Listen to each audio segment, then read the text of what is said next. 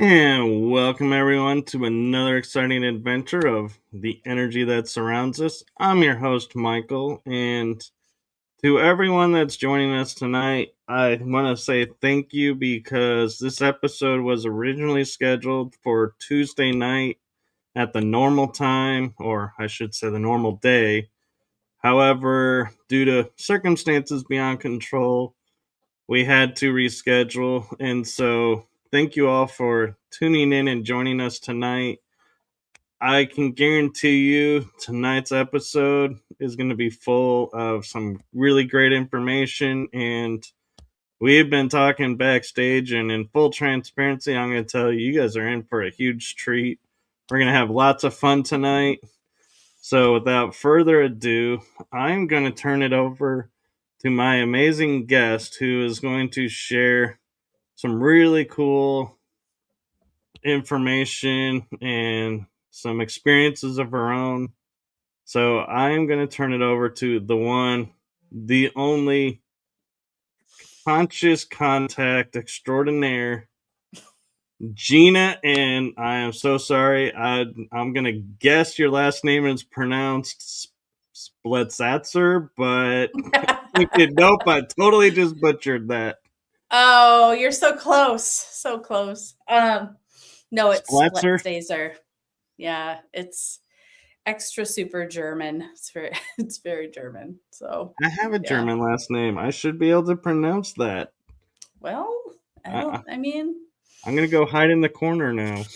Yeah, better go back to, I don't know, I don't even know. Anyway, hi everybody. I never went to German school, so I was like a German spelling school. I don't know. Yeah. So my name's Gina, and it's super duper great to be here. I'm really excited. Michael is such a nice guy. Everybody, he's a very kind and nice person. And the other day I had a crazy migraine, and so I couldn't be here, but I'm here today, and so I'm super excited. So yeah. Very cool. And just for full transparency, I don't have to send her a check for that compliment. Absolutely free. So why don't you give the audience a little bit about who you are and what you do that may not be familiar? Alrighty. Well, I am a healer. I guess people call it a metaphysician, an energy worker.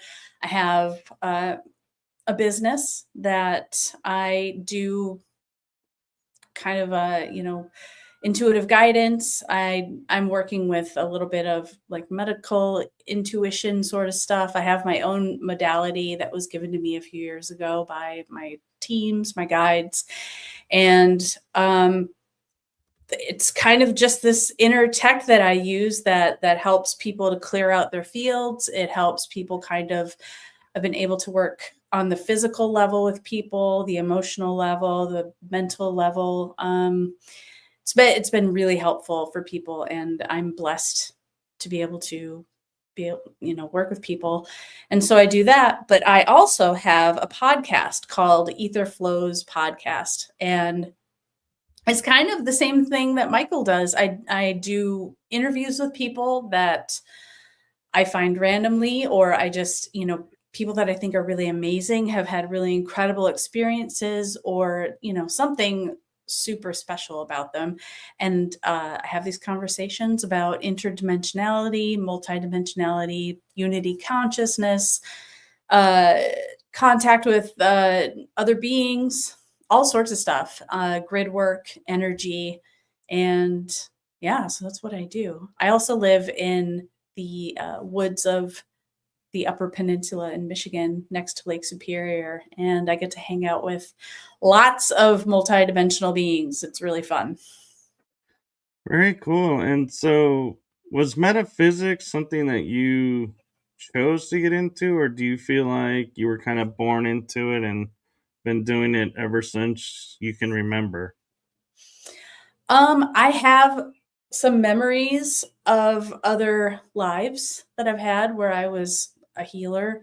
And so I think that's part of what this modality is that was given to me. It was like from a different life. And so it just kind of turns on. It's really it's really crazy. Like, I'll go out into the woods, and if land needs to be cleared, or if, grid work needs to be done, sometimes it'll just come on automatically, and I'll feel my whole body start to vibrate. And I'm like, okay, I guess I'm clearing the land. But yeah, I do feel like I was always interested in metaphysics and esoteric knowledge, unexplained mysteries, all the mystery shows on, the X-Files and all the mystery, what was it? In Search Of with Leonard Nimoy. I was a huge fan of that when I was a kid. Loch Ness Monster, Bigfoot, ghosts, ley lines, all sorts of stuff. I was a real bookworm when I was a kid, so I just had all of the like Time Life, paranormal books, and yeah, I just was always really into that, and I didn't really know why until later in life. I think a lot of this stuff was from other lives. So yeah. So do you think the way you kind of approach things is why you're able to get into the interdimensional and multidimensionality aspect of everything? Do you mean just like winging it? Well, being like, looking at books and then going, wait a minute, maybe there's something more. And so it kind of opened your mind up to the possibility of like interdimensional and multidimension aspects versus just sitting there going, oh, yes, the making, ET or spirit, or not spirit, but oh, my mind is going blank right now. A star beam would be possible. Where, if you didn't read a book, you'd be like, yeah, no, I don't think so. I mean, I was such a weird kid. Ever since I was very small, I was kind of a loner and kind of just always. I have a lot of memories when I was a kid of like nighttime friends coming over and like teaching me how to fly in my first parents' house. I would like fly around the house and I could see my parents in their room. And I had all of these really, thinking back on it now, these really weird experiences, but I thought it was pretty normal. But with, like parents divorcing and like childhood trauma and stuff like that, at about, I would say, age 12 or so, I kind of put all that away and was like, okay, everything's normal.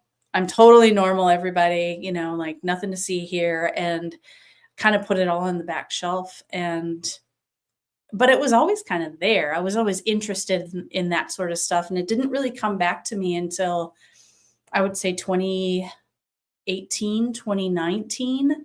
I had been a chef for about 20 years. I was working in kitchens and just like super angry, kind of hated my life at the time.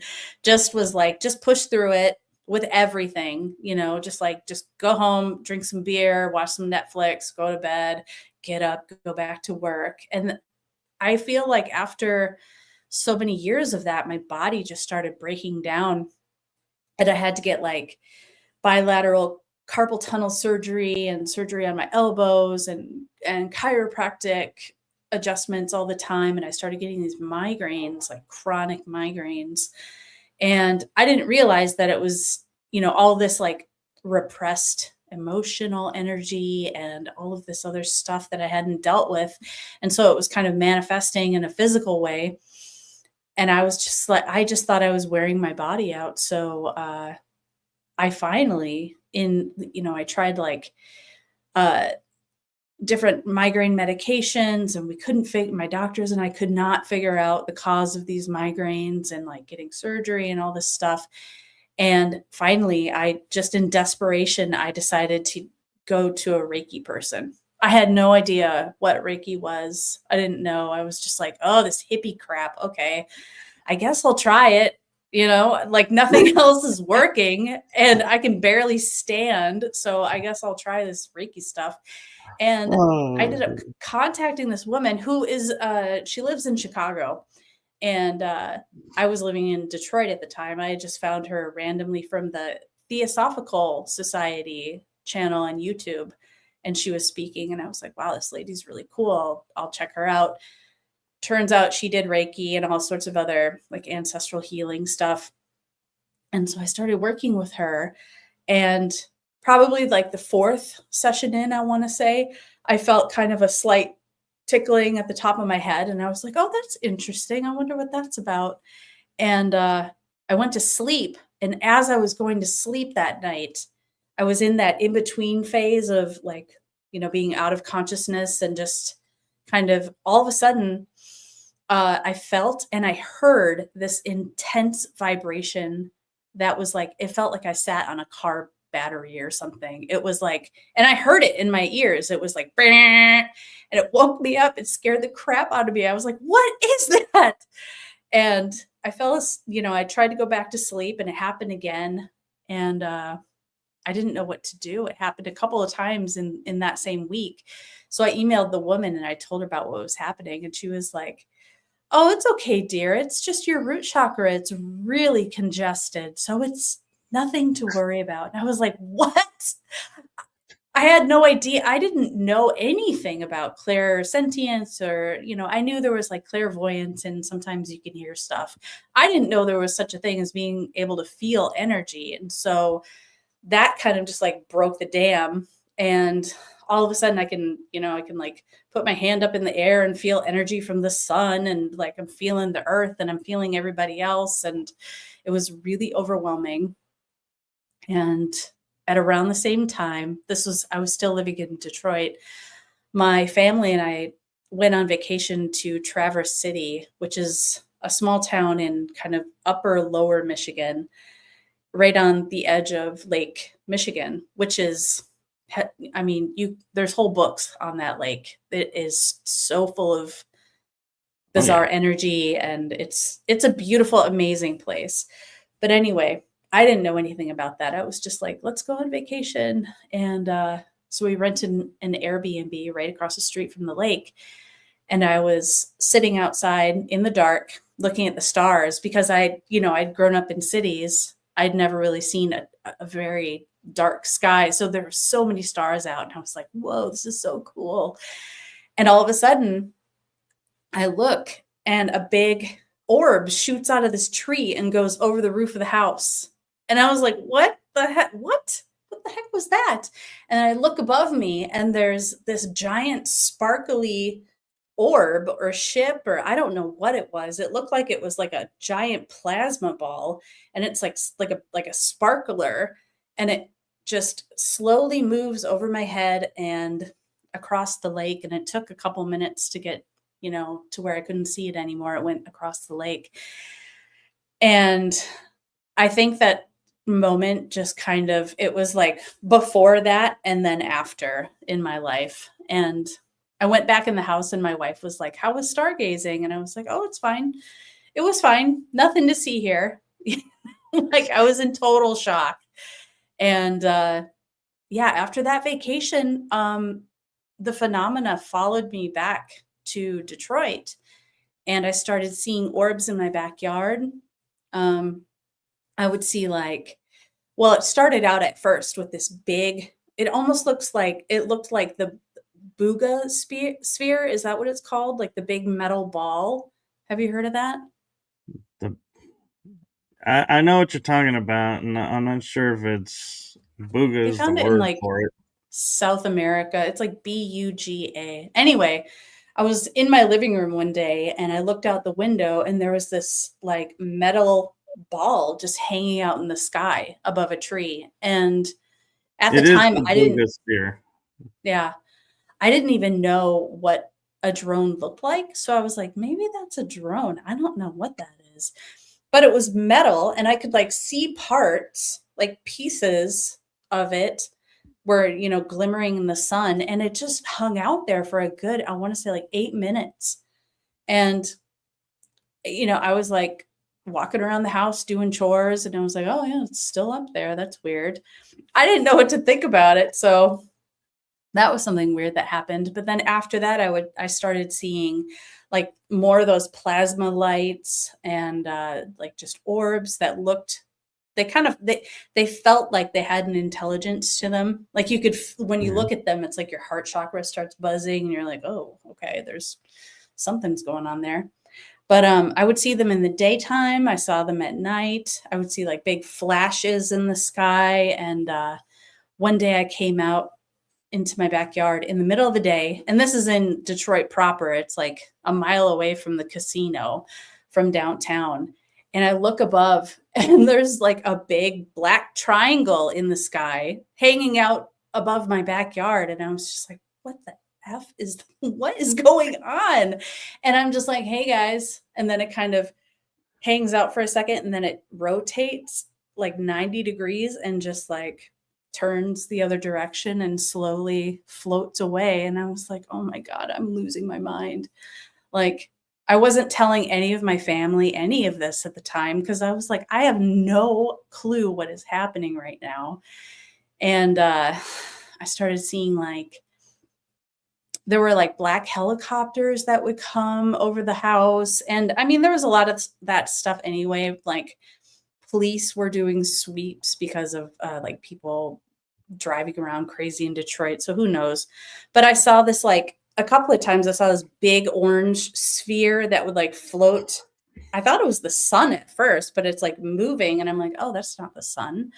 And then I saw a helicopter chase it away. It was like the craziest stuff I had ever seen in my life in Detroit. And at the same time, I started getting, information from like guides and different beings and stuff. And finally, I just had to like kind of come out to my wife. I was like crying in bed one day and she's like, what's wrong? And I'm like, I think I'm going crazy. I'm seeing all this crazy stuff and I'm feeling energy and hearing stuff. And I don't know what to do. And she's like, girl, you've always been crazy. Don't worry about it. Like it's not that big of a deal. We can deal with it. I was thinking that she was going to like leave me or something. I can't tell my family. This is such a crazy secret. But that was like the most freeing thing that I did actually was start to talk to my friends and my family about it. So, well, that's cool. But I think every Reiki master needs you for their slogans. When all else fails, do the hippie crap. Yeah. Do the Reiki. Best banner ever. Blasted. Right. Like everybody will be lining up to, come experience that one. Mm-hmm. Yeah, it was intense. So let me see what else. Well, so Oh, go ahead. I was just gonna say, it's interesting because I have another friend who's a medium that does kind of medical intuitive readings.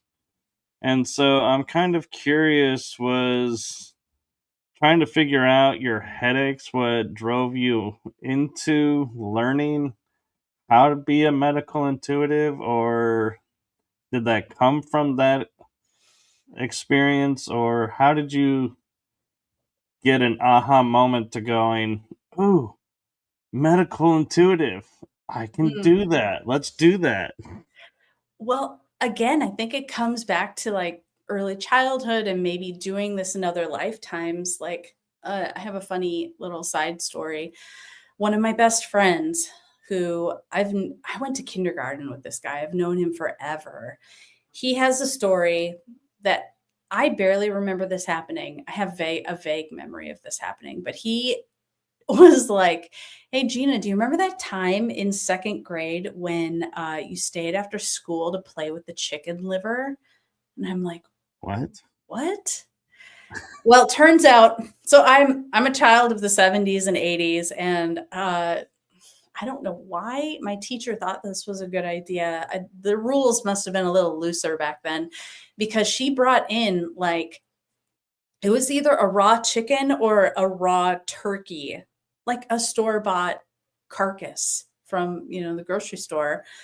I don't know why. We did all sorts of weird stuff. We like dissected cows' eyes when I was in 4th grade. Like that seems really young to be doing that stuff. But anyway, she brought in this like chicken or turkey carcass and was showing it to us because, this is how I don't know, here are the insides. Here's how this thing works. And they come with like the packet of giblets. And I opened the packet and I just was fascinated. And I just was playing. I missed my bus because I was playing with this packet of giblets after school was over. And I've always been really fascinated with anatomy, with like the skeletal system and with all everything, all the body's different systems. And so I didn't really, it's not like I consciously was like, oh, I want to get into medical intuition. I was working with some different practitioners and they were like, oh, hey, you have this gift that you're not aware of, where you can go into someone's astral field and look and like scan them, and you can see all the, stuff that's wrong with them. And so I'm at the point right now where I can go into another person's field and like scan their body, and I can see points that light up. So I'm not super skilled at it yet. I'm still learning, but yeah, it's really incredible. No, that's cool. And I'm just picturing your parents getting a phone call. Can you please come pick up your daughter? She's playing with the giblets. Oh yeah. No, And that's pretty it's normal for my parents to receive a call like that. I did all sorts of crazy stuff when I was a kid. I had some neighbors that they were big into hunting. They would go like duck hunting in the fall and stuff. And I asked them one time if I could keep the mallard wings, and I kept them in the breezeway of my house the entire winter. This was like I was in like 3rd or 4th grade. I was really young. But I would go outside and like before school and just kind of play with the wing because the feathers were pretty, and you could still like the joints, I don't know, it was so weird. It was I don't know. yeah, I was but a strange kid. it's actually not so strange because we were in the generation of pre-internet, so Mm, we had to entertain ourselves, and we learned so many things. We developed and coined the term street smarts because we were outside on the streets learning stuff yep, and latchkey kids.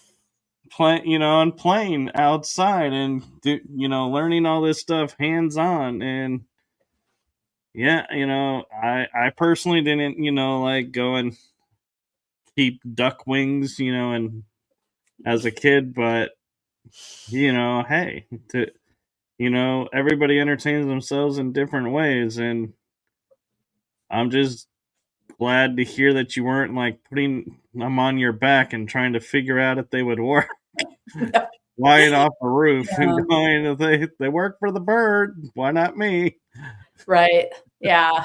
No, nothing like that. But just like I've always had a fascination with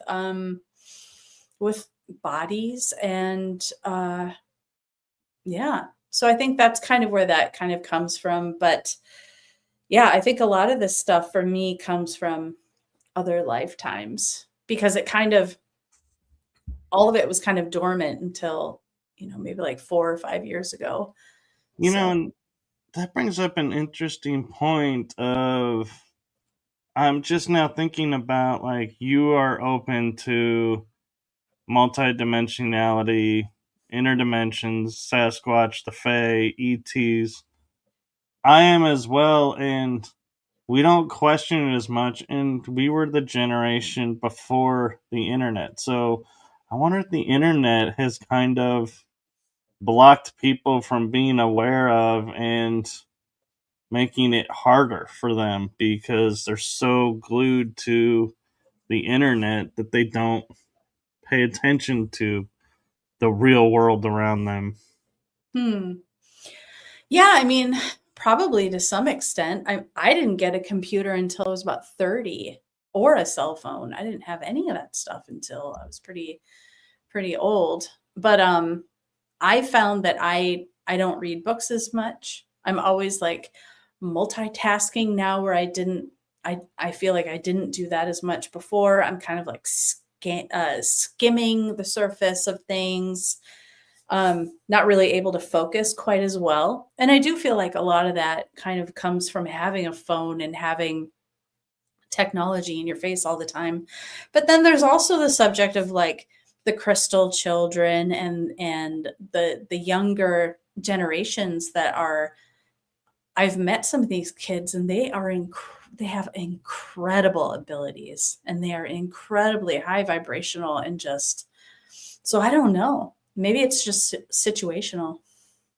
It could be. And so, what was your first encounter with the Fae like, and how did it like impact you?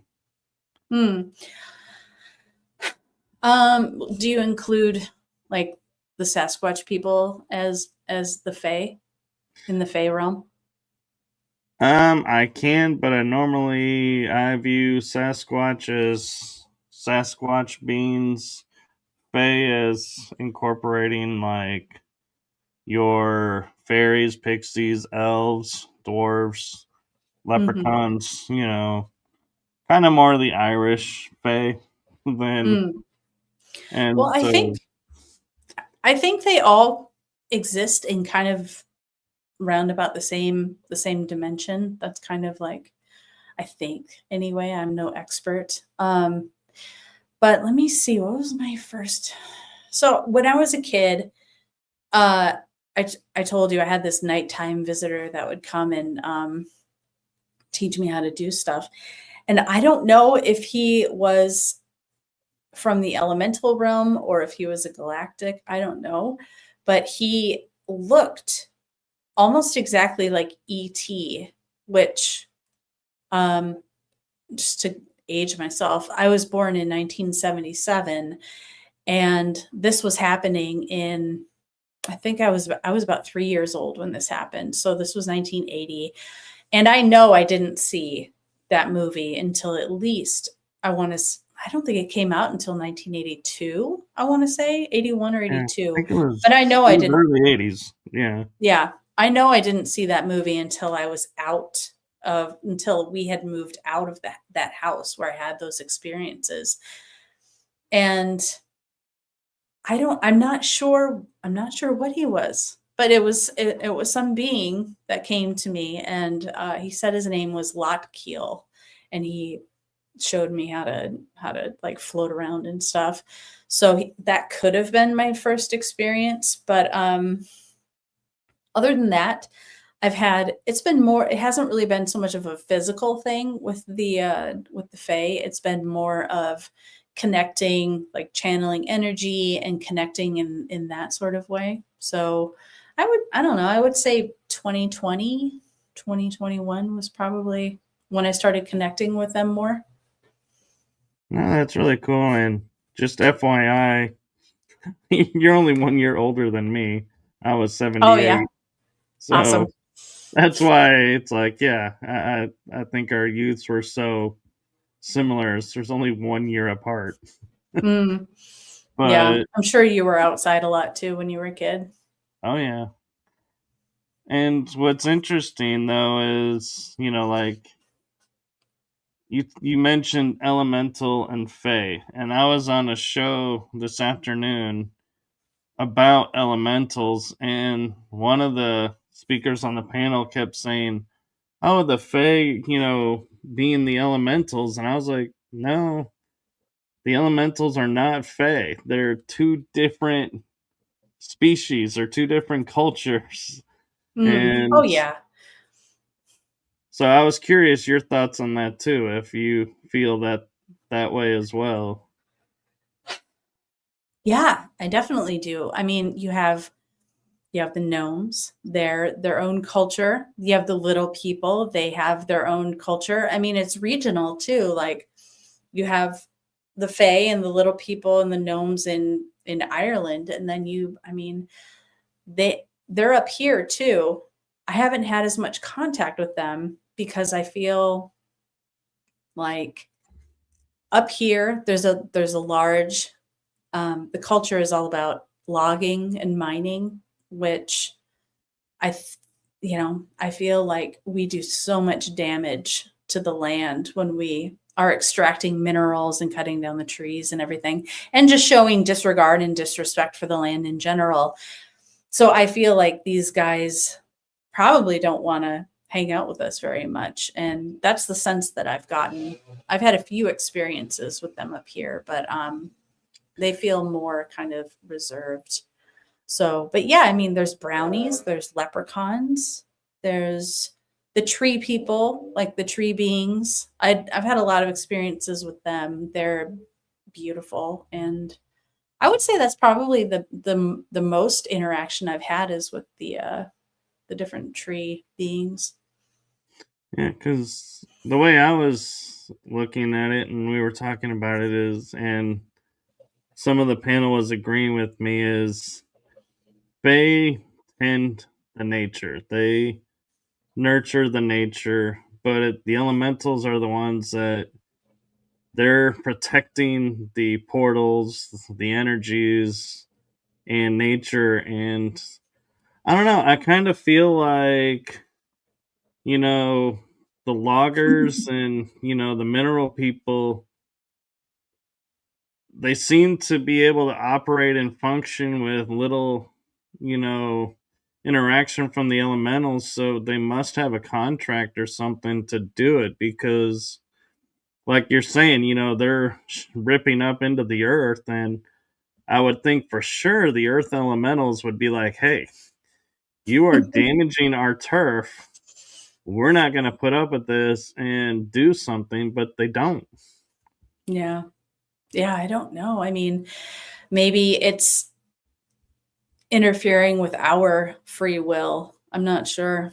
We have to learn how to treat this our home, and it's probably going to be a bumpy road the next few years or so hopefully we figure it out. But yeah, maybe that's part of it. Maybe they're not supposed to interfere. I don't know.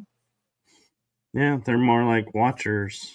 And watchers always, it's like I have memories of being a watcher, and the one thing that always is like the hardest thing about the memories that I have is watching situations and being like just standing there and letting it happen and be like,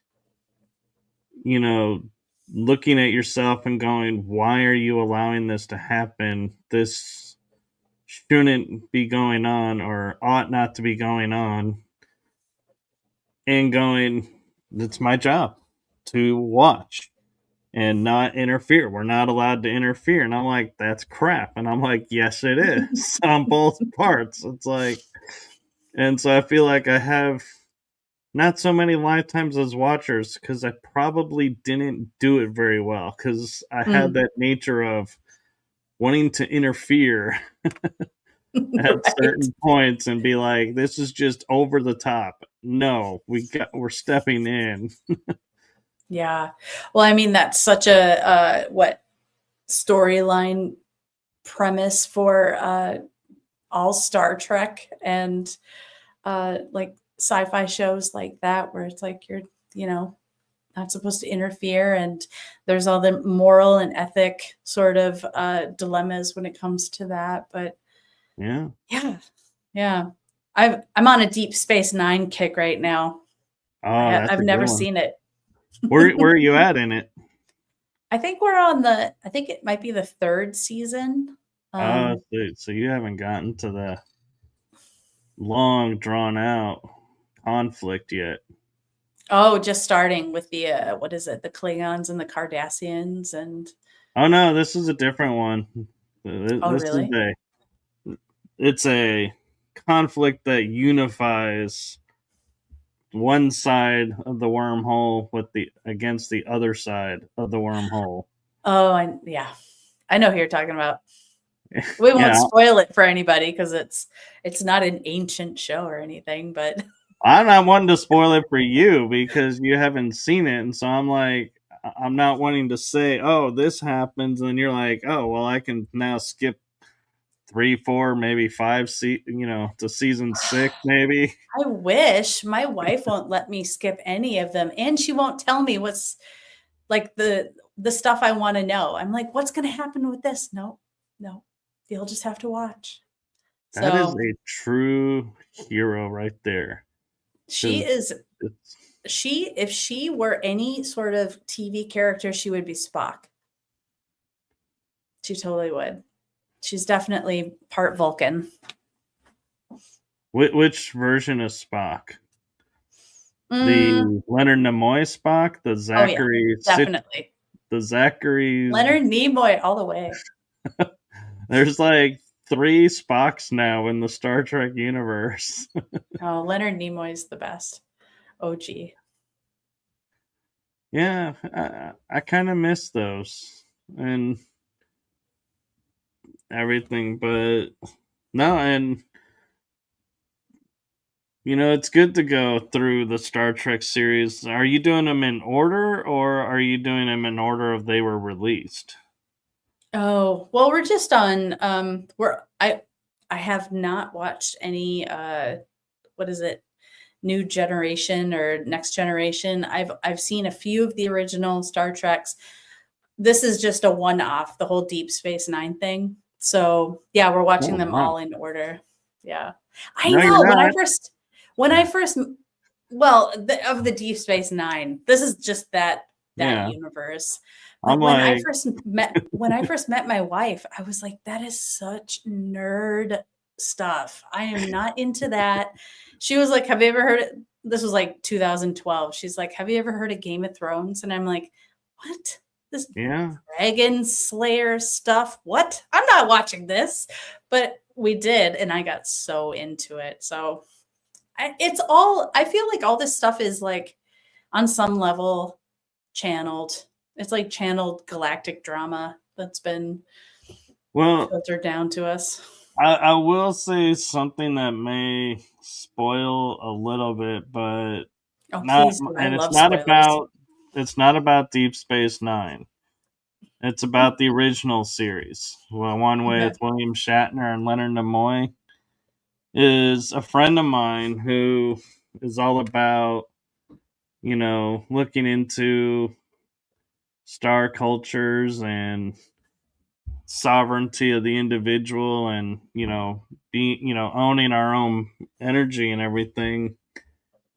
She made an observation and said, back in the 1960s when Star Trek was being made, they did not have budget for prosthetics like masks like we do now, nor did they have that technology. So some of the aliens that are in that show are actual aliens in the show. They don't have a character person playing them. And so I was like, that brought that show to a whole new level. And I had to go back and rewatch and be like, can I tell the difference? Because I was like, it makes sense though, because it's like we live in a world where they're saying, disclosure is in TV shows and everything. Well, Star Trek was, out in space, interacting with cultures, and they were intermingling on the ship. And so it's like, hey, and if you go in order, it's actually Enterprise, then it's the original series, Next Generation, Voyager, and Deep Space Nine kind of are at the same timeline space. And then there's like Discovery is into the future. And then they went and did Starfleet Academy, which people think goes back to the beginning, but no, it actually is the rebirth of the Federation during Discovery's show, aftermath of that show. And so Strange New Worlds, though, that kind of actually goes in between Enterprise and the original series. And yes, you can tell I'm a Trekkie. So that's like the fluidness of it. But Star Trek really pushed the envelope, because it's like I had the innate ability of, like, when the Romulan ships or the Klingon ships or Andorian ships showed up, I was like, those are not the good guys. Oh, yeah. And then they would be like, in the show, they would like fire on each other. I was like, yeah, see, it's like I knew it before they actually went into conflict. And it was like, I had memory of seeing those ships before, but I'm like, how would I have memory of that? I'm not. Yeah, that's what I'm saying. So yeah, that's so interesting. I mean, I feel the same way with. I mean, what is it? Star Wars. Just so much sci-fi. I feel like it has been channeled, so it's pretty. Even like Silver Surfer and a lot of that kind of Marvel, DC sort of stuff is, to some extent, probably. I agree, and there is one episode of The Next Generation, and it's not one of the time episodes, but if you ever wanted to see time travel, every show of Star Trek has a time travel element. A lot of people don't realize it, but they're actually in there. And there's an episode in The Next Generation that a shuttlecraft crash lands on this world, and this black goo has sentient life and encompasses the shuttle to where everybody in the shuttle can't beam out and nobody can beam in. And the ironic thing is if memory serves right, the title of that episode is Skin of Evil. Oh, wow. And where I'm going with this is, I don't know how much of disclosure, if you pay attention to it or not. And normally I talk about this on Writing Through the Unknown, but since we're talking somewhat about it, I'm just going to throw this out there for everyone. They talk about this black goo being found in the Falkland Islands that is like a malevolent synthetic goo. And I can't help but go, you have The Next Generation talking about a black goo being. Wow. Now we're in current world going, there's a black goo that, is this. And so could we be talking about the same thing? I don't know. Yeah, maybe. I'm not sure. But yeah, I don't know. We live in some crazy times, huh? We do. And so, and everybody talks about wanting to live in the Star Trek universe. And it's like, I almost want to go look around. We are virtually, like, all intent and purposes in the Star Trek universe, in that we have flip phones. They're communicators. We can talk across the planet. The only difference is they fly in space and we still shuttle to space.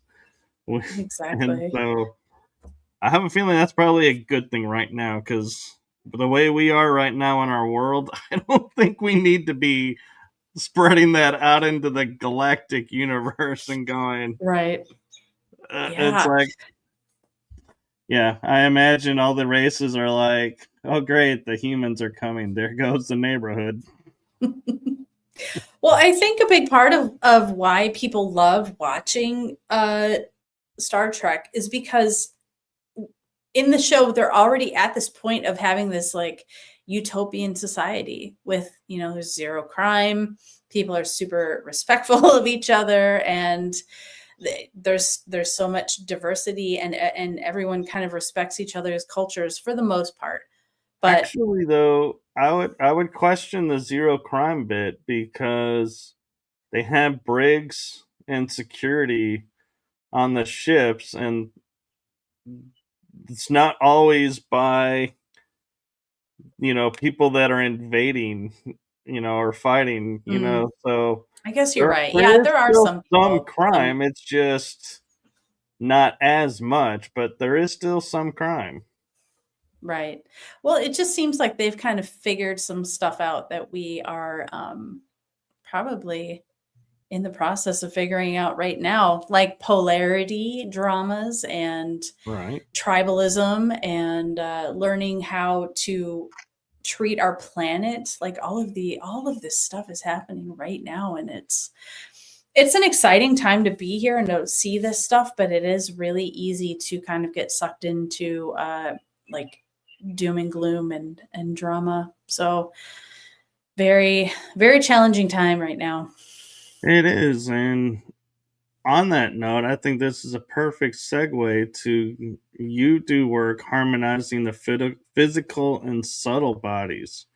How did that come about, and what's your process in getting into that with people?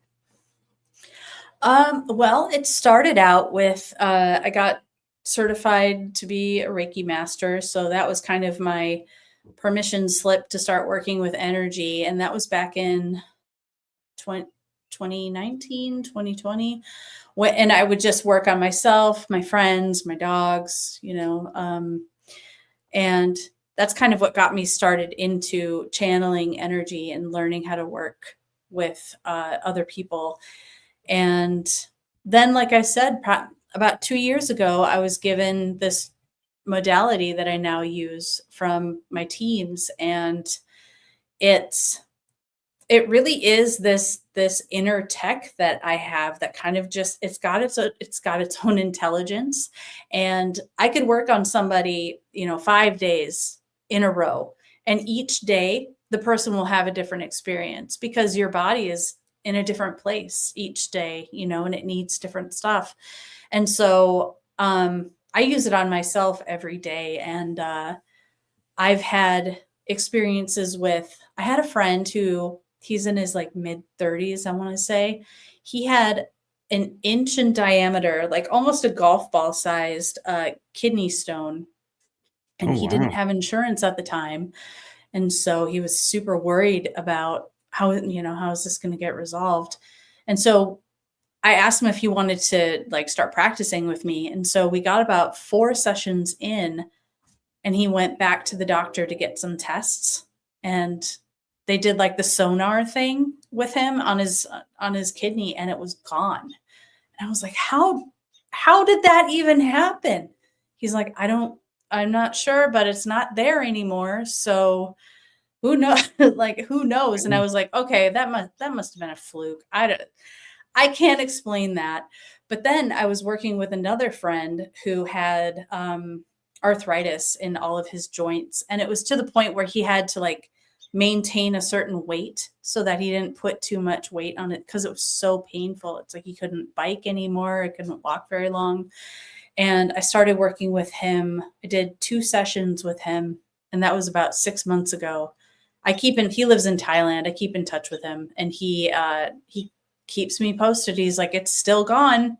I don't know what happened, but something incredible happened. And I'm like, yeah, I'm not fully sure, but it seems to work. So, yeah, what I do is somebody can book a session or, email me and we can set something up. And then the sessions are usually about an hour and a half long. The first half an hour, I usually just have a chat with them and talk about what they want to work on, what their goals are as far as like setting intentions and like what kind of stuff we want to work with.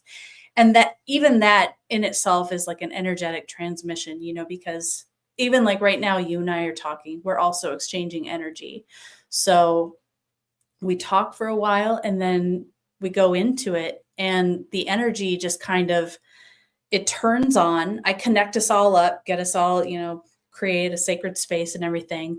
And then the energy just turns on. It usually goes for about half an hour to 45 minutes. And then when it's done, it'll just turn off. And I'm like, okay, it stopped. And yeah, it's pretty incredible.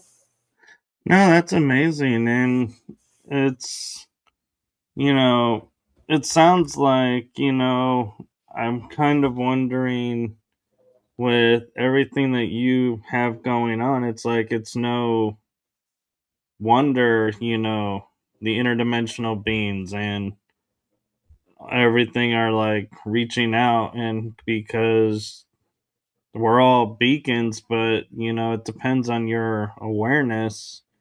And it seems like your awareness is like, I don't want to say next level because that, it makes it sound like, you're higher up and more attuned than others. And it's just you're more aware. And so that's the difference. You're more open to the awareness. And so I think they pick that up and are like, yeah, this is someone to talk to and someone to work with, and they're open to it and they're on the same pathway. So yeah, let's collaborate.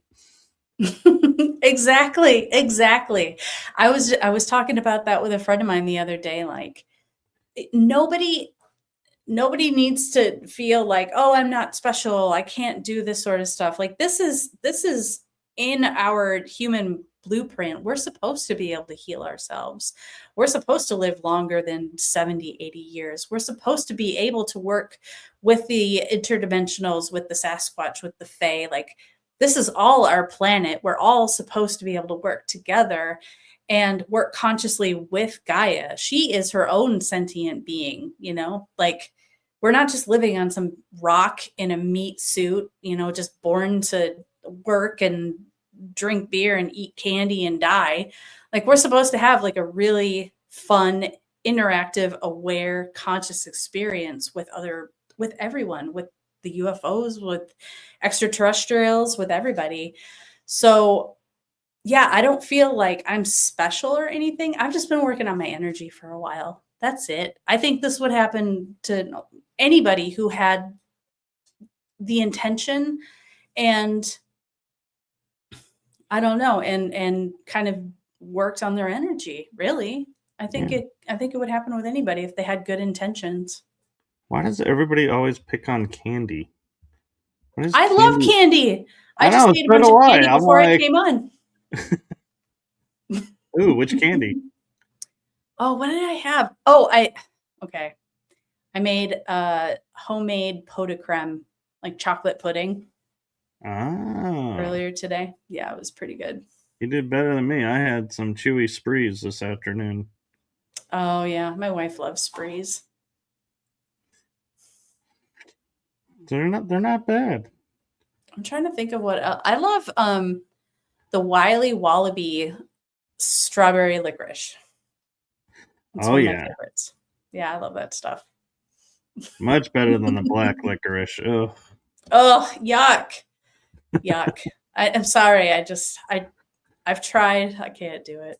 I know. I'm the same way. I'm like, if it's the only thing in the house, I'll be like, okay, I'll eat it. But it's only because I don't like wasting food.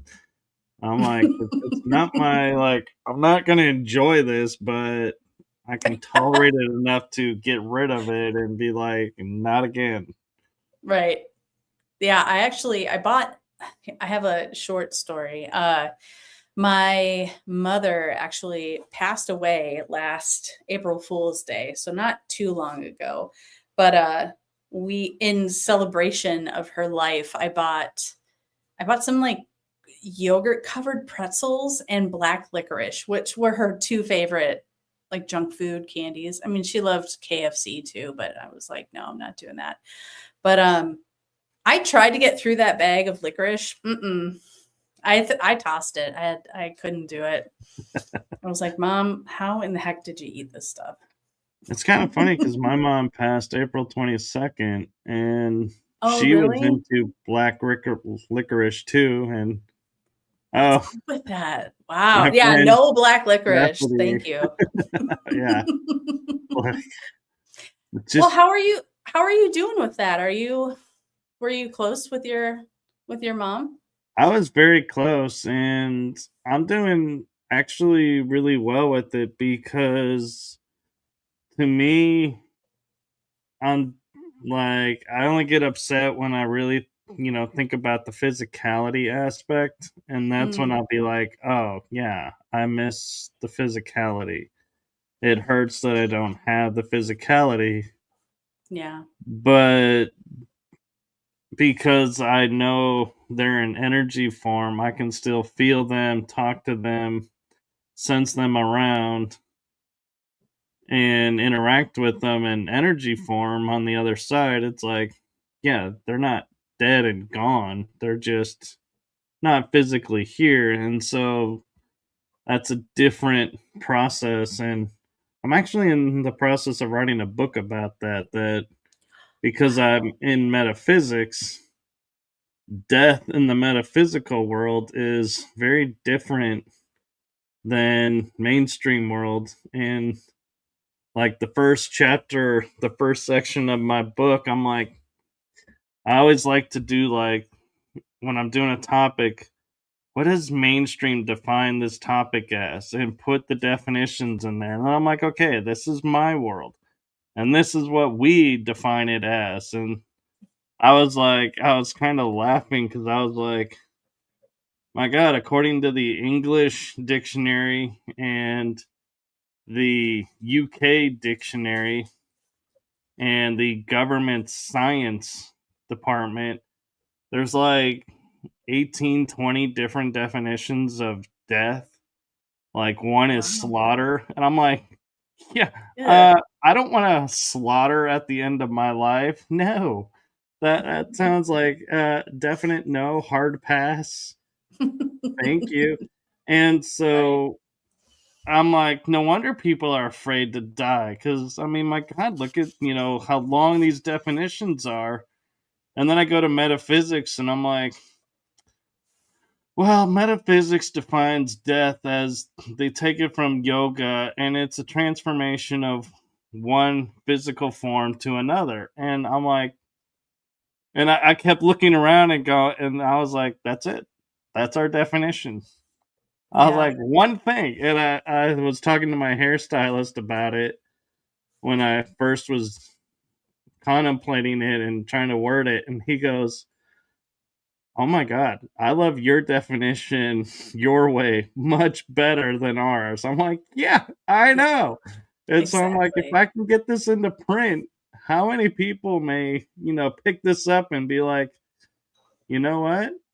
I'm no longer afraid to die because that's the death I want, not this one or these. I'm like, that one. Yeah. Yeah. And I feel that this stuff, this is like the real stuff that we need to start talking about, because so many people, it's baked into our our conscious collective psyche to be so afraid. It's such a primal fear dying, and it doesn't have to be that way, you know, especially when like yourself, you're pretty awake and aware, but it still hurt. It still effing hurts, you know, Yeah. like just like her not being there, it just sucks, you know? And so I feel like the more we can talk about stuff like this, it definitely helps. I know it does. I personally, my mother and I had a very tumultuous relationship. She was a narcissist, and I know people throw that word around loosey goosey, but like she was like definitely narcissistic, and so it was really tough, and I was afraid of my mother for a very long time, and I'm still working through that. It's weird because she's in a different form now, and I communicate with her, but I'm still afraid of like the boundary pushing, and like the way that she treated me in life. And so it's like, wait a second, this person is no longer who they are. They're basically their higher selves now. And so you got to just change your whole mindset about it. And yeah, it's tough. Whether you were really close and you miss that physicality and, being able to talk to them physically a lot and hang out, or you were just like, I was kind of scared of you back then, and I'm still a little bit scared of you, but in a different way. It's definitely a process, Well, and so I feel for you. Yeah, and I even put in the section, like, there's a chapter of, like, family deaths, and I'm like, here are the pets. They were the first ones to go, and here's how their deaths impacted me. Then I put in chronological order the family members that were close to me and how, or should be close to me. I'll put it that way, and how that impacted me. And what I mean by that is I had my mom's parents, my grandparents, that were a part of my life. They chose to keep me in their lives and interact. Then I had my dad's parents, who I would talk some, like, with his dad, my grandfather, at certain points. It was like he would call for, about something. So, but the grandmother, I even have a hard time saying that because it was like there was nothing there. And so when he died, I share the story around when how he died and how I knew about it and everything. And then the grandmother, it's like I was told after the fact. I didn't even know when she originally died. And I'm like, I have not shed a tear for this woman. And that's okay. I don't feel a lot of loss for this person, and that's okay. We don't have to. And that's one of the other things that I'm like trying to bring awareness to is just because someone is, blood relation, and you have these societal what you should do, like, and not do in there, it doesn't make them right or wrong. And so if you don't want to do them, don't. Yeah. There is no norms dealing with this. And so if your norm is this person's never been around, don't fake an emotional response, because it actually, I think people look at that and are like, that's where you hear people going, why is that person doing that? That it's so fake. That person is so fake. They don't really, think this or do that. They were never around. And so, everything is seen, and it's like optics. And so it's like, don't fake it. Just don't have an emotional response to it if you really don't, because it comes off wrong in reality. Yeah, you don't need to do anything out of guilt. like that, like it doesn't, I don't think it really affects the person who's passed either way. It's better for you to just be sincere and genuine. I agree. And I'm toying with another section for the book or not, so keep your eyes out. I'll let you know when that book releases, because awesome. I don't even fully know what I'm putting in the book yet. But the ironic thing is the last 2 deaths that have happened to me that impact me that I'm writing about are actually my dad in 2023 and my mom 2026. So it's like those are the last 2, the most current. And it's like, oh, yeah. So it's like once I can get through writing those, then it's like, okay, I think it'll be all right. And I will even share this with you all, is writing about certain family members. I was crying while writing the story of what I remembered doing with them, and the memories that I have of them, and how their loss impacted me. But I will say again, in full honesty, when I wrote about my one grandmother, it's like no emotional whatsoever. It was just data being put on a page. Yeah. Well, I think writing that book is just as cathartic for you as it would be for someone who's grieving, Yeah. It was, what gave you the idea to write the book? I had a feeling like, growing up metaphysical, which I'm sure doing it as well, we react differently to scenarios and other events. And so I was like looking at life and how it unfolds, and I was like, everyone keeps asking me, like, are you okay? Are you really okay? And it's like, because I know where they're coming from. They're coming from a more mainstream area. And so it's like, yeah, I know the way I'm acting is not conforming with that. And so it is confusing to you to see me, like, I mean, this is May and I'm smiling and laughing on some shows. And it's like, you should be in deep grief, but the deep grief is different for me. And so that's where I'm hoping in writing this book, it's like people get another insight into me and how my world is, so to speak. And so have a more understanding of me and going, okay, so what he's actually doing is the process for him. And he is doing what he needs to be doing, and not being judged by people, going, you should maybe take a break from doing things. You should cry more. You should do this. You should do that. Yeah. And so I just, look at it as going, here's a way that I can share a part of me with the reader and going,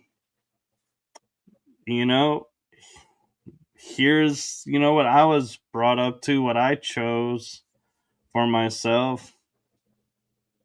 Maybe you can choose it too, or maybe you like, where you're at and your beliefs of it. So either way, it's the right answer. And I'm always very careful in my books to never state this is what something is, because I know the second I do that, a week, a month, a day later, it's going to change. And I'm like, now I got to go rewrite the book because that factoid is no longer a factoid.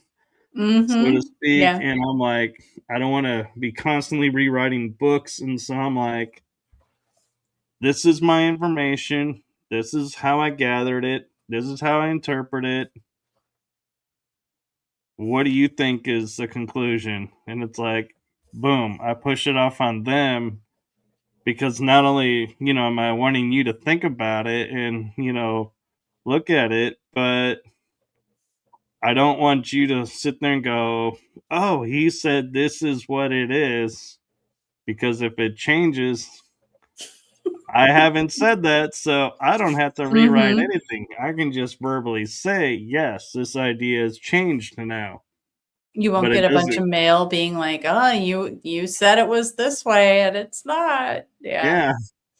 I get it. And, it's freedom to change because it's not cast. And so. I love that. I love being able to change my mind all the time. My wife gets annoyed because, she is like Spock and she loves logic and order. And I'm so just like, oh, well, I feel totally differently about this subject today. And maybe next week I'll have a different opinion on it. And that's totally fine. And that's my prerogative. So here's something you can say to her. And I'd love to hear her reaction to it is logic is evolving. And I'll pass it along. I'll see what she says. Because it's like, everybody thinks, oh, because something's in a book, logically, this is how it works. Mathematics works this way. How much has mathematics been rewritten? Because we're now finding out it doesn't work that way. Or contradictions. Right. And so it's like, if is logic evolution based or is logic just cast in stone? Because logic is also based on philosophy. Yeah, that's a good question. I mean, seeing as how we're constantly building our reality as we speak and as we experience and look and focus our intentions and whatnot, it's like we're kind of building the road as we're walking. And so I think I think logic totally evolves. Everything evolves. Change is the only constant, right? Yeah, and have you guys seen the movie Tron Evolution? I've seen the original Tron. I think that's it. You should watch Tron Evolution because it deals with the computer digital world, and there's a notion in there that I think your wife may get triggered by because it's poking at the logic and going, hey, here's another jab at, can we truly live in pure logic, or does logic not fully work because it's too confining? Right.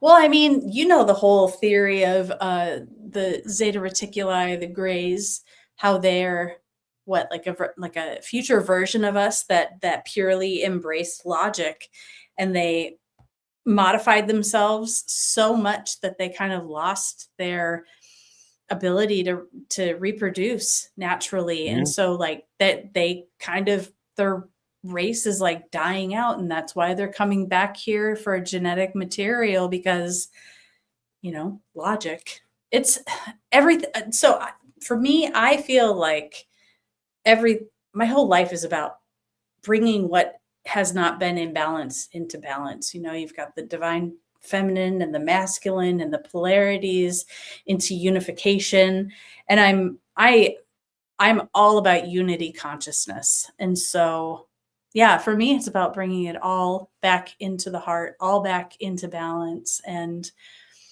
you can't just focus up in here all the time, and you can't just always be in your emotions either.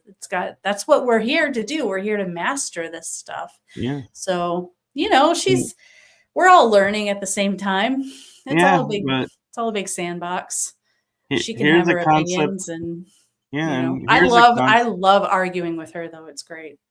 Yeah, well, here's one you can use that I self-taught myself, and somebody may say somebody wrote about it, but I never read it. I just created it on my own. Was we look at words, and like we were kind of talking about in transparency, like the cations, like how we're merging words and creating new words and everything. And I looked at like emotion, and I was like, what really is emotion? Because we define it as like happy, sad, love, hate, fear. But those are just words, and they're not really the emotion. The emotion is the frequency and the energy in motion. And so I was like, oh, take the E off of emotion, fill it back up with energy, and it's energy motion is emotion. And I was like, that makes total sense because it's our energy that's giving off. And so, when I'm in like high energy, like happy energy, people around me start like getting it, and it's like it kind of downloads into their field, and their field kind of goes, hey, we like this. And you're like, hey, I like this. This, it feels good to be like this. And then you separate, and it's like, hey, wait a minute. Where did that go? Because it's like you don't realize it's an external force coming in, so to speak, and it's like temporarily raising you up to go, hey, look, this is where you could be. Yeah. Now we're going to put you back where you are. Do you want to get up here? Or do you want to stay where you are? And some people are like, or, the other adverse is being, happy and high energy. Some people will get uncomfortable going, this is too happy. I don't like this high vibrational happy state. And so they want to go back down and be like, I'm more comfortable here. So let me stay here. And then they're at choice, and you'll notice the energy kind of dwarfs off them. Not by you doing anything. Their energy overtakes it, and it's like, nope, this is our field. This is our, this is who we are. Cool. We're not in it to like energetically like ping pong and be like, you're going to now become happy because I'm happy. No, it's just the energy friction either bleeds through or it doesn't. Yeah. And that's what life is about is, that's the energy in motion is what are we projecting out? What are we taking in? Exactly. Yeah, I love how you mentioned about people getting triggered by someone's high vibes. I've definitely I have experienced that. I've been on both sides of that. When you're in kind of a lower state, you're in a crabby mood, or something's going on, and then you see another person, you come into contact, and they're just super happy and in a great place, and you're just like, ugh, get out of my face, get out of my field. Like it totally triggers you, and it's true. And I feel like the more that people kind of raise up in their frequency and gain awareness and are working on themselves, doing shadow work and looking at their inner wounds and healing and alchemizing, that raises your vibration naturally. And I feel like that's kind of why a lot of people lose old friendships or old connections at some point. I mean, I know that's happened to me in the past few years. You kind of just a lot of friendships just kind of fall away. And it's just because there's nothing wrong. It's not good or bad. You're just not in resonance anymore. Right. And so that's just everything's everything's energy and vibration. And if you don't vibe with it, you're not going to want to be around it. So, yeah, and I have no qualms with, people will ask me, like, how can you be like really down and then the next day be like, or that same day, like totally 180 and raise your vibration up? And it's like, one is through laughter, but two is I realize, media has its purposes. It's not always, because it is a program and you are programming yourself by watching things. But I watch shows, and I will admit, I have a lot of the cartoons that I grew up with in the 80s on DVD. And when I get super like low and I'm like, it's like I'm like struggling to find my smile and just be like, where's, what's there to be happy about? I will where's the pop magic? that DVD in, watch the cartoon, and be like, and notice like slowly going, laughing at something and going, oh yeah, I remember that. Oh, I remember. And it's like all of a sudden, I'm like, I'm back to normal. My energy levels are back up. And so there's nothing wrong with watching cartoons or anime or comedy shows. I mean, I watch Hogan's Heroes from the 60s and Right. and find the humor in them. Not everybody can. And so what I'm sharing is, this works for me, may not work for you, but the idea is you find what makes you happy and what you remember being happy about, and watching that. It's like we use the term in Reiki of imprinting, where it's like you take a happy thought and you imprint it in, and so you can always go back to it. Well, that's what watching these are, like watching a comedy is you're Yeah. going back to when you were laughing and happy and high energy, and it brings your body back. It doesn't have to be a long process of, like, we think of shadow work as being this long, daunting process. That actually Slog. is doing shadow work, is, watching this comedy, bringing yourself back up. That's a Yeah, form of shadow work. for sure. For sure.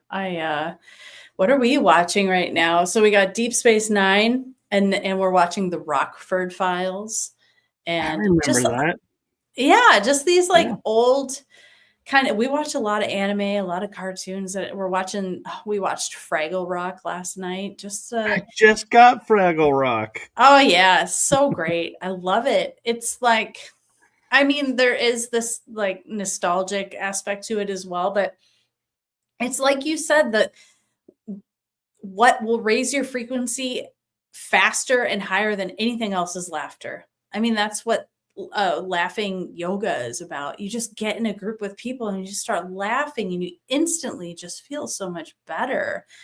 And yeah, I found that I mean, shadow work, dude, I've been doing so much shadow work and ancestral healing the past 2 years that yeah, sometimes you really need a break and you just need to watch something funny, because Yeah. it's really intense work. It's really like I have sat in my tub and cried for hours. It's not fun a lot of the time, but at the same time, you feel so much better when you're able to get to that point where you can see your triggers and see your wounded motivations more in the moment, instead of just like reacting to everything, instead of like ping ponging Right. off of everything and feeling like an emotional wreck.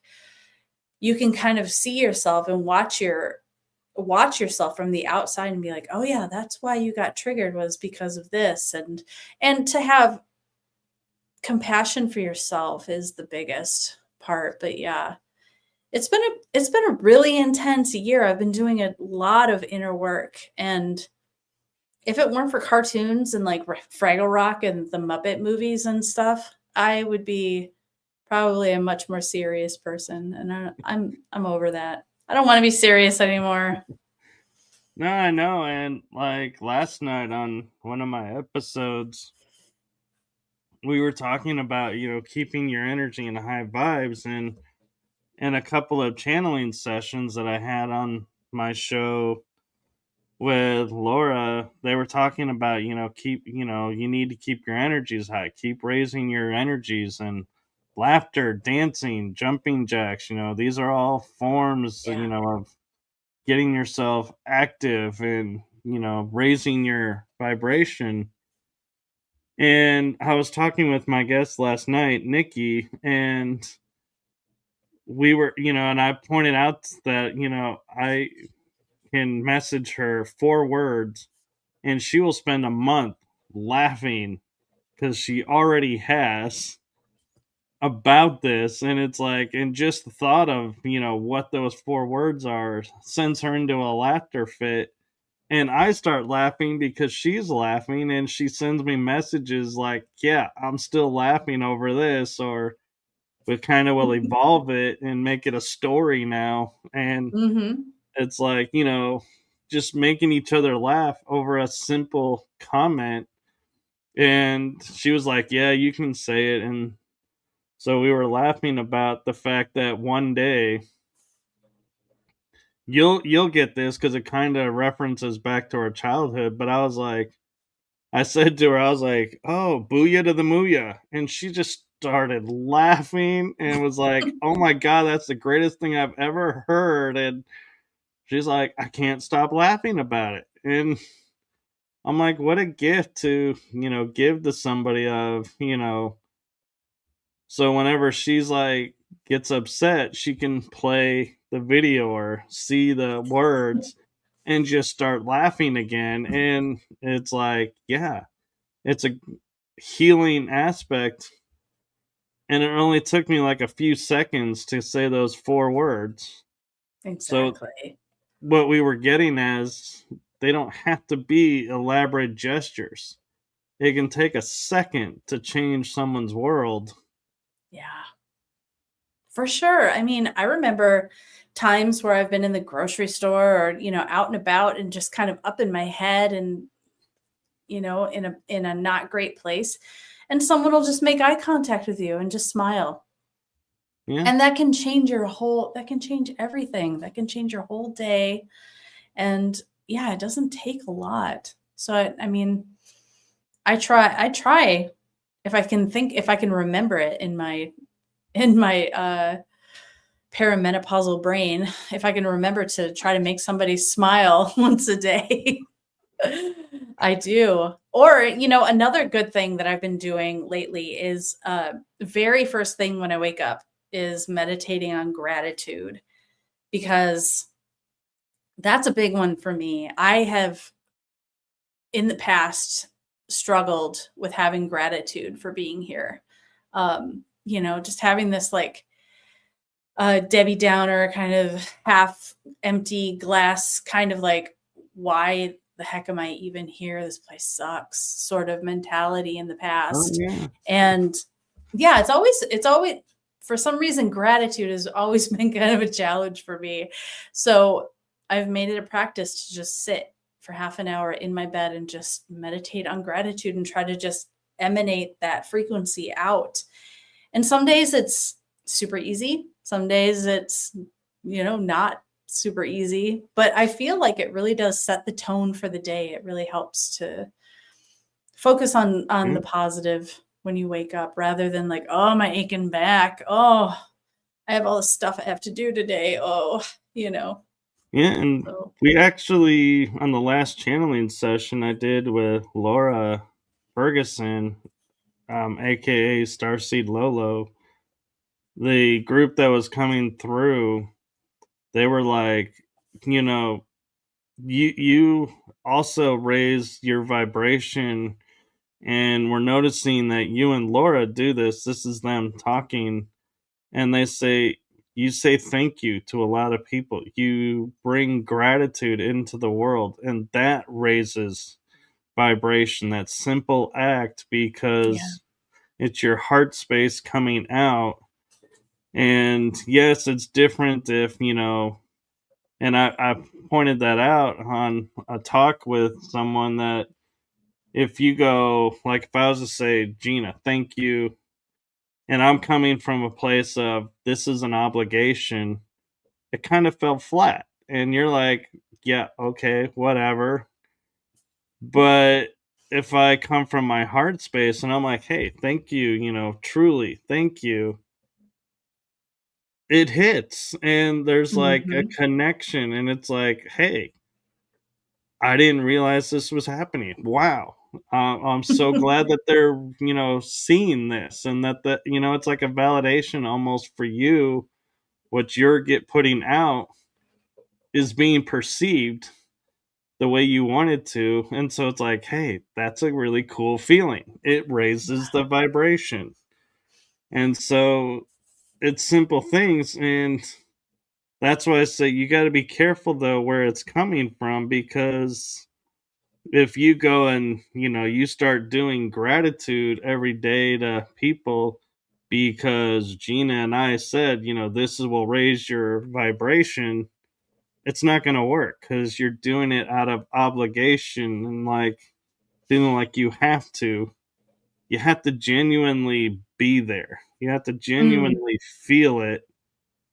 And when that expresses, you'll feel it yourself because, like you're saying, you know, a simple thank you and making someone smile or be like, oh, you know, and see their surprise that you're thanking them. And they're like, well, thank you.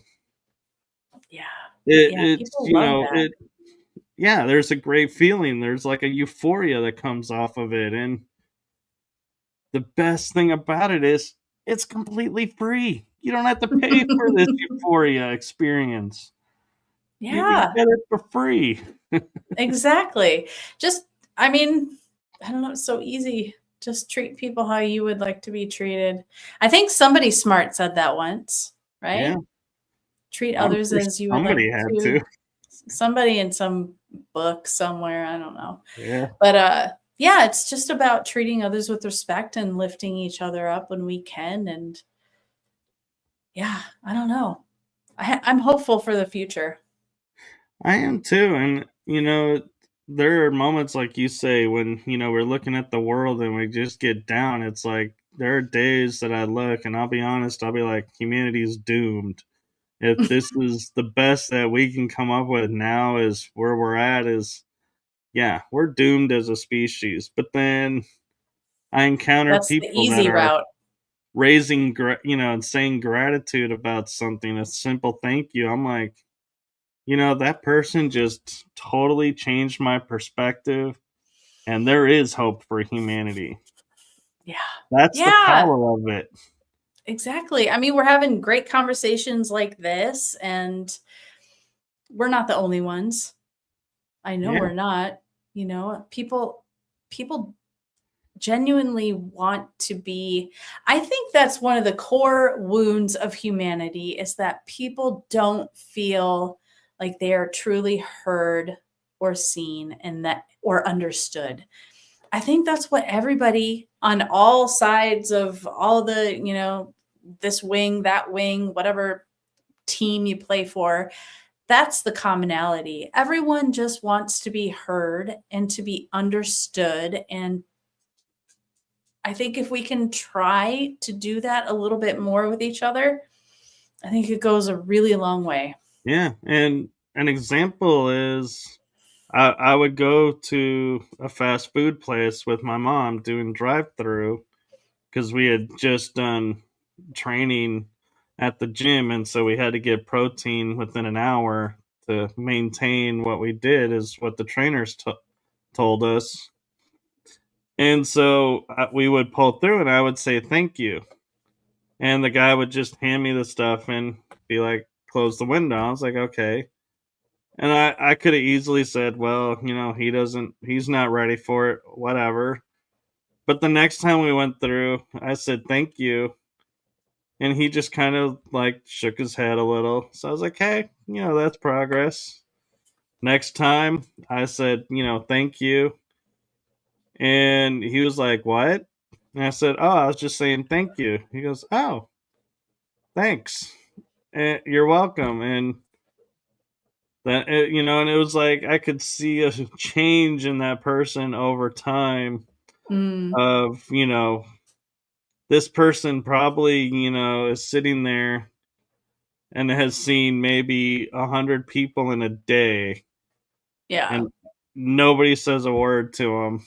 And so he's like, "Oh, you're actually talking to me? Oh, you actually, talk." And I make an effort with the people in the drive-through windows when I needing to get something through there. I'm like, "Hey, thank you, and I hope you have a great day." If it's in the morning, and they're like, "Yeah, you too," and it's like I can see the smile, and I'm like, "Yeah, I probably just gave that person a boost that'll help them get through the day." Yeah. Just Honestly, I because. think so. And the next person that comes through, may get, be somebody grumpy or in the same place too and saying thank you. And it's like it'll just proceed, like pay it forward, so to speak. Yeah. And it'll be like a trend. And, because everybody likes to be appreciated and acknowledged. And a lot of times, I'll be honest, I used to do this a lot. Would be is, the drive through person, your mind and mentality is this person's job. They're not really interested in me.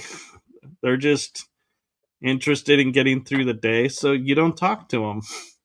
You just ignore them because you're like, yeah, they're going to ignore me. So why make the effort? But then it's like something switched in me and I was like, no, this is a person. Yeah. And if I was in that role, I would, appreciate someone saying a simple thank you, 2 words. It's not that hard. But Recognizing your humanity. yeah. Definitely. So we are actually a little bit over the hour and a half mark. And so where can Wow. people get a hold of you to, if they have questions or if they want to, work on some stuff with you? Well, I'm building my website right now, so that won't be up for a little while. But I have a YouTube channel called AetherFlows Podcast, and that's with an A. It's AE AetherFlows. You can get a hold of me on there. That I have like my link tree and my Gmail email address. If you want to set up a session, just write me and we can totally set something up. Otherwise, I have, I think, almost 65 videos, like collaborations and interviews and lives and all sorts of stuff. Some really amazing people. I've had some really incredible conversations. So if anybody feels like reaching out, feel free. And I would love to, even if you want to be on the show, if you've had some cool experiences or just want to talk, that too. Yes, absolutely. We're going to have you on there for sure. But yeah, that's where to reach me. And yeah, so yeah. I just put up the thank you. link tree and the YouTube, which I got from the description of the episode. So anybody watching, they are links in the description so you can copy and paste. So fantastic. We didn't even talk about Sasquatch. I have to come on again. I have a whole bullet point list of all of my experiences. I didn't even talk about them. Well, we will definitely, make that happen. And I might bring you on the other show for that one. Just, give a flavor to both audiences, both shows, because both have their merits and are super cool. And I'm kind of proud of both of them. So why not? You should be. Just having one YouTube channel it's a lot of work. It's a lot of editing, depending. Oh my gosh. How do you do it? I don't have the energy for all that. All my shows are recorded though, so I do a lot of I sit in editing quite a lot. But I don't edit. Oh, that's good. I like the live and humanic errors that come through, but I keep right mine now as I'm able organic to, as I can. yeah, right now I can do it because I have my 2 shows that are active, and one show is being formulated and maybe starting next month up, and I'll have a part-time role in it, and somebody else hosts that show, and I co-host with a friend, and we have a guest host that kind of joined the team, and so we'll see if he's coming back. And we started now talking about, are we ready in our lives where we are to start the show back up and to do it? And so we'll see. And so that's how I'm able to do. I mean, everything is not everything is active all at the same time, and so there's a blessing in that. And they're on different frequencies, and so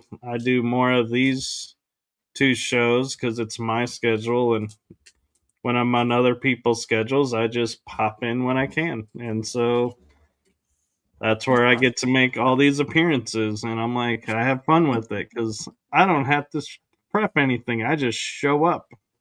Yeah, exactly.